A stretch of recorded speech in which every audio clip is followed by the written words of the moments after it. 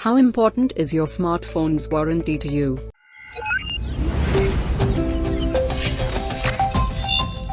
With recent times development, the Spanish government mandated that products will have to be sold in the country with 3 years of warranty.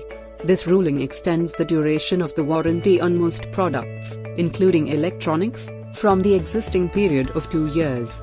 The regulation also applies to smartphones and should enforce a higher manufacturing quality, putting markets like the US at a disadvantage where you get only 1 year of warranty on most products.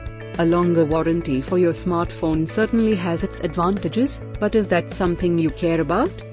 Spain's new regulation also extends the choice between repair and replacement to the consumer should a product fail to match the quality endorsed by the company.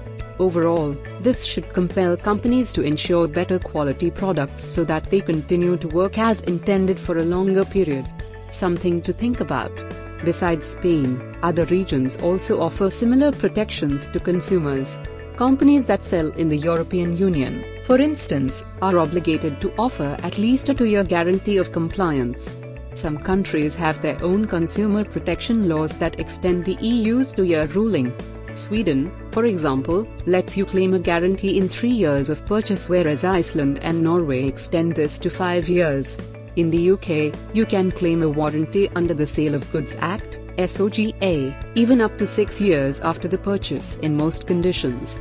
A longer warranty might sometimes mean that manufacturers often recover these costs by pricing the product higher in these regions, happening right now in the market. But a 3-year or even a 2-year warranty extends more assurance over the single year the users get in the US or other regions like India.